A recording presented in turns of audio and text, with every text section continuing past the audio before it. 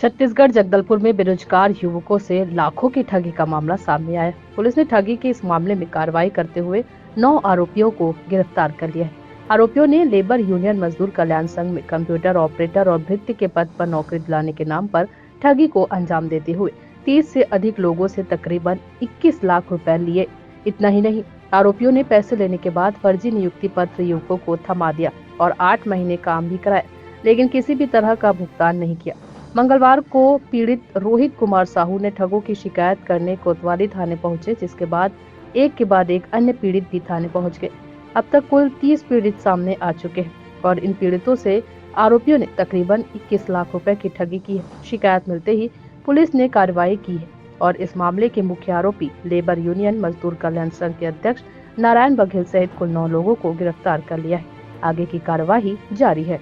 जगदलपुर से विजय पचौरी की report. Madam बताएंगे, अभी कोतवाली थाने में 420 का मामला कायम किया गया है नौकरी लगाने में ठगी के बारे में।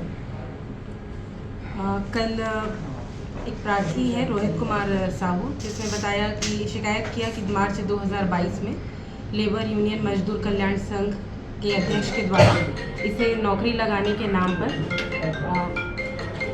पैसे की मांग की गई है। 1.5 लाख रुपए उसने मांग किए और कहा कि जो कंपनी है उसमें भृत्य एवं कंप्यूटर ऑपरेटर के पद पर भर्ती की जाएगी।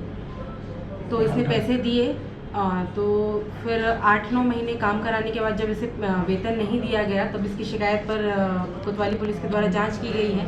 जांच पे ये पाया गया कि इस तरीके से लगभग और 30 लोग हैं जिनसे इन्होंने पैसे लिए हैं नौकरी के नाम पर और उनके साथ ठगी की गई है।